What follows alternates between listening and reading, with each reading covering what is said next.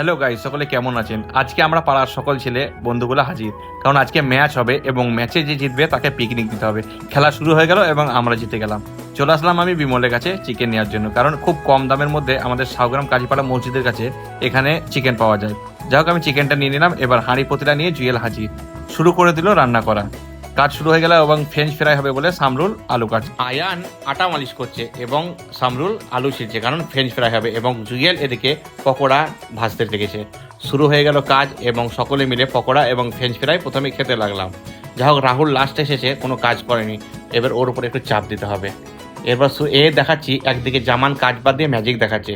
পরে জানতে পারলাম ম্যাজিক দেখানি, তু মুঝসে প্যার করতি या नहीं करती, ফোনেই ও ব্যস্ত।